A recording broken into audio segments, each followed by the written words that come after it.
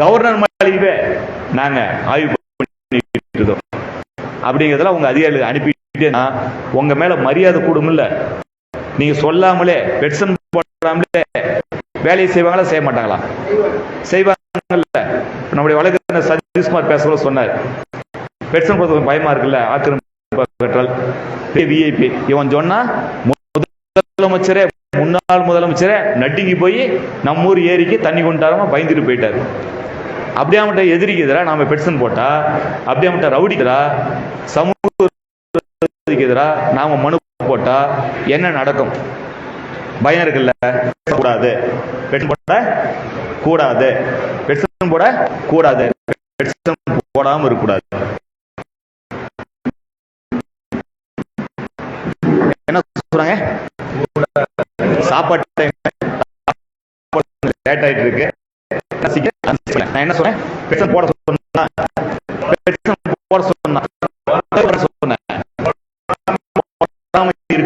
இதுக்கு என்ன வழி?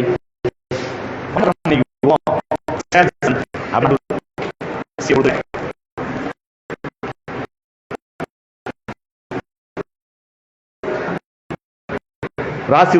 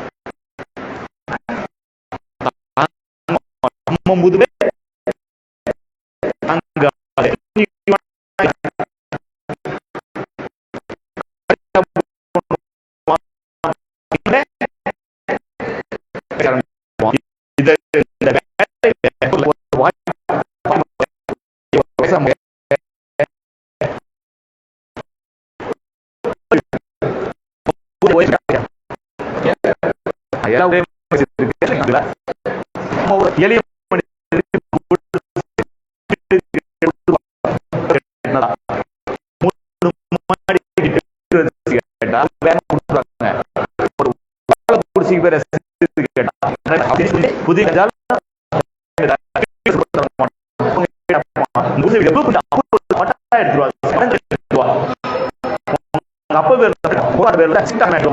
அதெல்லாம் நம்ம ஒரு இடத்தையும் குடிசை போட்டு இருக்கு.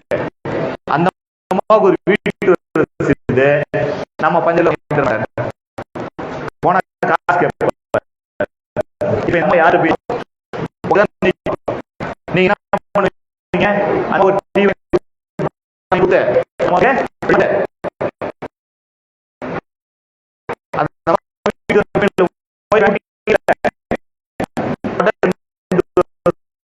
செஞ்சு பாருங்க.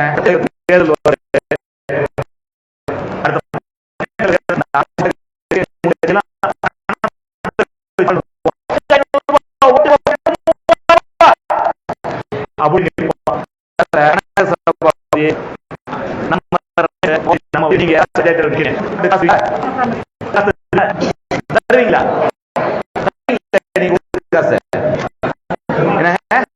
தோத்தாள் இந்த சட்டத்துக்கு காரணம் அவன் என்ன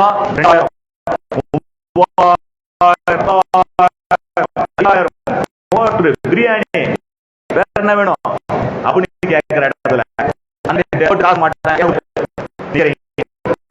இப்ப 20 லட்சம் நீங்க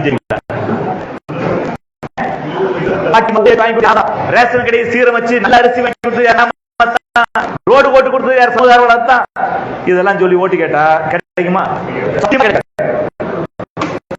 சத்தியமா கிடைக்காது. புரியுது இல்ல? நாம பஞ்சாயத்துல நிக்கணும், கவுன்சில் நிக்கணும், கவுன்சிலர் நிக்கிறான், பஞ்சாயத்துல யாரும் போடக்கூடாது.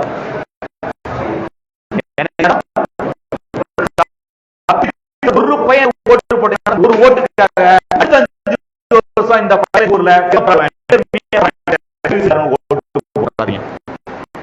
அதிகமா கொள்ளி 2000 தரங்களாம். 2000 ஆமா ஓட்டு 2000 நாம என்ன கம்மியா கோழி கூட விக்குதுங்க 1500 ரூபாய்க்கு. ஒரு ஆட்டுக்குட்டி வேணா என்ன ஆட்டு நாங்க ஆட்டுக்குட்டி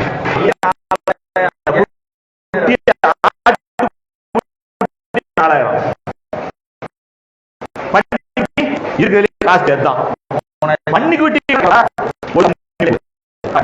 சொல்லணும். அவன் அதிகமா சம்பாதிச்சிருவான்.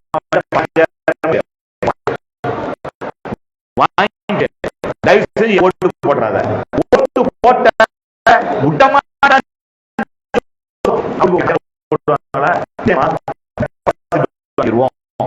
நிச்சயமா ஓட்டு கேட்டீங்கன்னா நிறைய பேர் நான் தான் தோத்து போயிட்டோம். நாம தான் சொல்லுவோம்.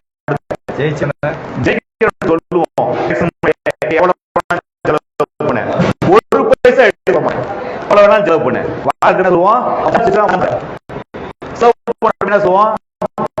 நீ எவ்வளவு வேணாலும் செலவு பண்ண, அடுத்த 5 வருஷம் ஒத்த காசு எடுக்க மாட்டேன். மக்கள் காசு போயிட்டே இருப்பேன். கோர்ட்டுல ஜெயில் போட மாட்டேன்.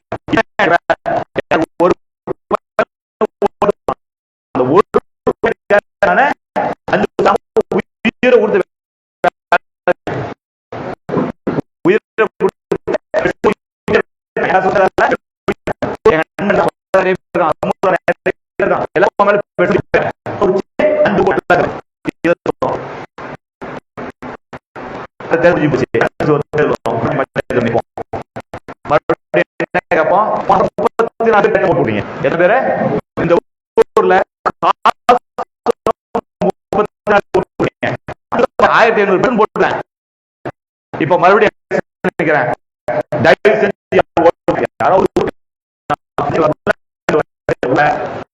நேர்மையான ஒரு மாத்தம்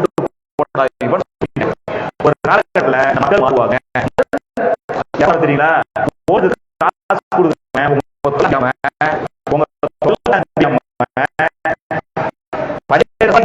முடிவு எடுத்து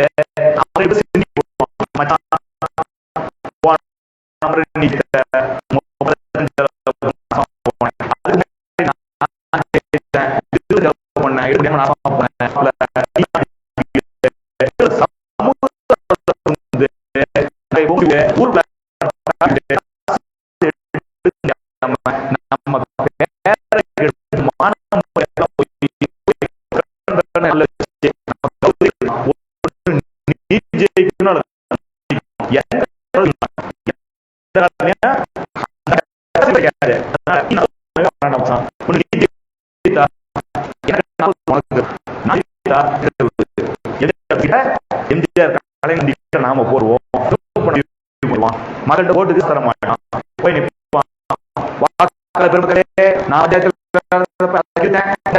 ஒண்ணுமே கிடைக்கல, அவனுக்கு ஓட்டு போட சொல்லுவான். மக்கள் கேட்பான், போனவரை 2000 ரூபாய் கொடுத்த, அதுக்கு முன்னாடி 1500 கொடுத்த, அதுக்கு முன்னாடி 1000 கொடுத்த, அதுக்கு முன்னாடி 500 கொடுத்த,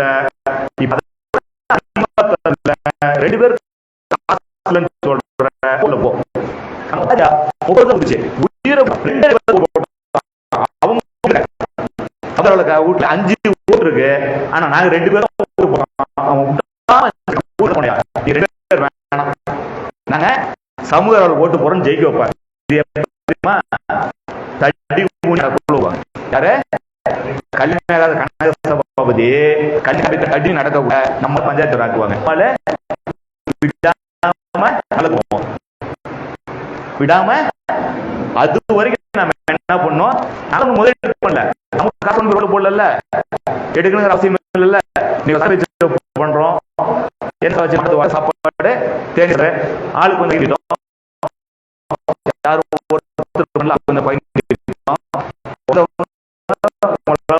முடிஞ்சு போறீங்க.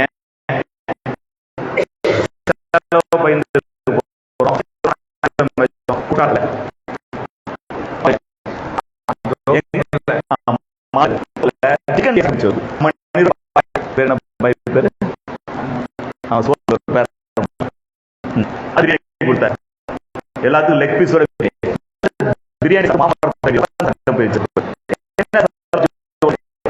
நாம பெரிய ஸ்டாம் போட்டுருவோம்,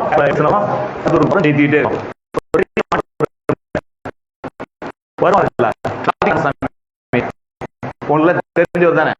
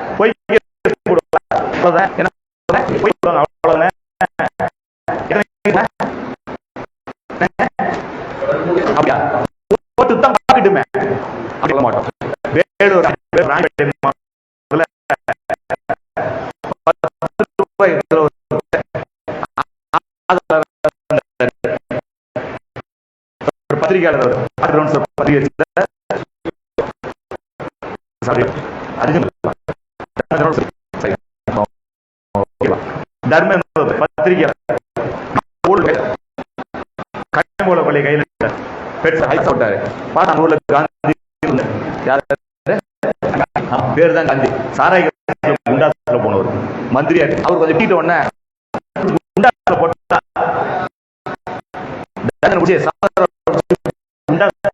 அடங்கிடுவான்ல நம்ம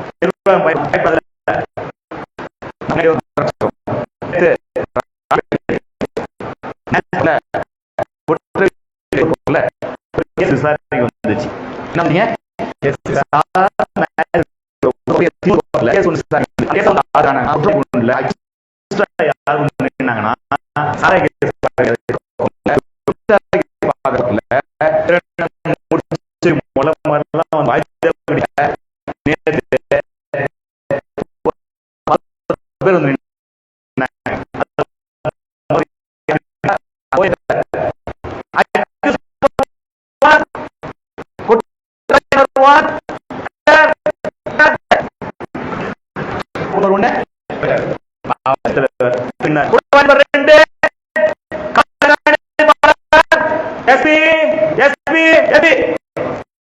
1 மூணாவது ஏடிஎம்பி மூணாவது குற்றவாளி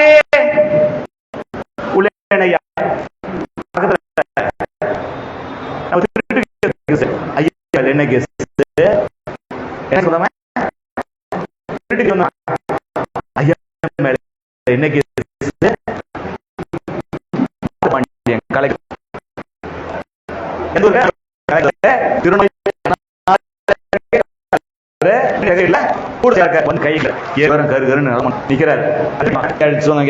ஐயா மேல என்ன கேஸ் இதாச்சும் பரவாயில்ல. எஸ்பி பக்கத்தில் நிக்கிறாங்க, அவங்க கேட்கறான் இந்த புள்ள மேல என்ன கேஸ், இதுவும் கேஸா, கேஸ்க்கு வந்திருக்காங்களா, இப்படி வந்து நன்றி மகிழ்ச்சி. என்ன கேக்குறாங்க? முதல் குற்றவாளி யாரு? கலெக்டர். இரண்டாவது குற்றவாளி எஸ்பி. மூணாவது குற்றவாளி அடிஷனல் எஸ்பி. நாலாவது குற்றவாளி ஆர்டிஓ சப் கலெக்டர். அஞ்சாவது குற்றவாளி தாசில்தார். ஆறாவது குற்றவாளி inspector, inspector of police. 7 SI of police. 8 SI of police. Tahsildar, special tahsildar. 11 பையன் வந்து குற்றவாளி கொண்டு நிக்கிறான். என்னையா கேஸ்? ஒரு சமூக ஆர்வலர் மீது பொய் கேஸ் போட்டான், குண்டாஸ் போட்டான். மனித உரிமை நீதிமன்றத்தில் கூட நிக்க வச்சிட்டாங்க, நின்னுட்டான். வரலாறு, இந்திய வரலாற்று, தமிழக வரலாற்று முதல் முறையா ஒரு சாதாரண மேஜிஸ்ட்ரேட் கோர்ட்ல, சாதாரண கிரிமினல் கோர்ட்ல ஒரு எஸ்பி கலெக்டர் குற்றவாளி கொண்டு நின்னது சமூக ஆர்வலர் மேல போட்ட பொய் கேஸ்ல, 10 ரூபாய்க்கு போஸ்டர் மேல போட்ட பொய் கேஸ்ல நிக்க வச்சோம்ல. அடுத்த மாசம் 28 வர போறானுங்க, நிக்க போறானுங்க, நிக்க வைப்போம். உங்க மேல பொய் கேஸ் போட்டானா எந்த ஆபீசர் போட்டாலும் நாங்க தெளிவா சொல்றோம், நீங்க விட்டுட்டு போங்க, நாங்க பாத்துக்கிறோம். ரிட்டையர்ட் ஆகிற வரைக்கும் பதில் சொல்லி ஆகணும். ரிட்டையர்ட் ஆகி போன பிறகு அவங்க அம்மா வரைக்கும், அவங்க ஆயா வரைக்கும், அவங்க மனைவி வரைக்கும், அவங்க சின்ன வீடு வரைக்கும், அவங்க புள்ள வரைக்கும், அவங்க பேரம்பேத்தி வரைக்கும் சமூக ஆர்வலருக்கு பதில் சொல்லியே தீர வேண்டும். உப்பத்தினா தண்ணி குடிச்சே தீர வேண்டும். ஏன்னா நாங்க நேர்மையின் பக்கம் இருக்கோம், நியாயத்தின் பக்கத்தில் இருக்கிறோம். விடமாட்டோம், உங்க கூட நிற்போம். மதிய உணவு நேரம். மீண்டும் எத்தனை மணிக்கு தூங்கலாம்? 2:30. 3 மணிக்கு தூங்கலாமா?